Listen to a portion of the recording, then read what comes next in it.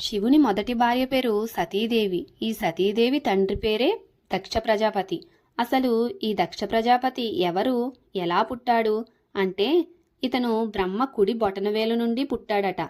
ఇతని భార్య ధరణి బ్రహ్మ ఎడమ బొటనవేలు నుండి వచ్చిందట.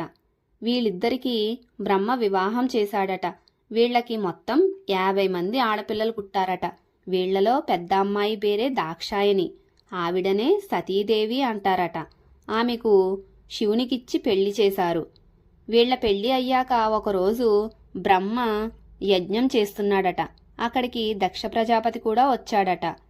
శివుడు చూసి చూడనట్టు ఉంటాడట.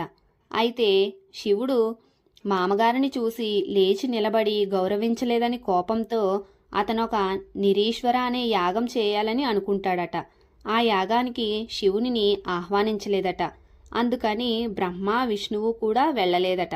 కానీ ఇంద్రుడు మరియు ఇతర దేవతలు మాత్రం ఆ యాగానికి వెళ్లారట.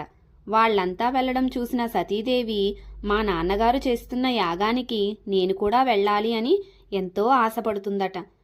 కానీ శివుడు, దేవి నన్ను కాదని ఆ యాగానికి ఎవరు వెళతారో వారి పరిస్థితిని నువ్వు ఊహించలేవు. నీ తండ్రే నీకు కీడు చేస్తున్నాడు. ఆ విషయం నీకు తెలుసా అని శివుడు అడిగాడట. అప్పుడు సతీదేవి, నాదా, పుట్టింటి మమకారం ప్రతి స్త్రీకి సహజగుణం. పుట్టింటివారు ఎన్ని తప్పులు చేసినా మమకారంతో కప్పిపుచ్చుకుని కడదాకా ఉండేవారు. అందుకే నా మమకారము కూడా అలాంటిదే అని మీరు గ్రహించలేదా అని సమాధానం ఇచ్చిందట. శివుడు వెళ్ళక తప్పదా అని అడిగాడట. అవును ప్రభు, పోయి వచ్చేదను. భర్త గౌరవం కన్నా పుట్టింటి మమకారము మిన్న అని భ్రమతో వెళ్ళి వస్తాను అని బ్రతిమలాడుకుందట. సరే పో అని కోపంతో శివుడు చెప్పాడట.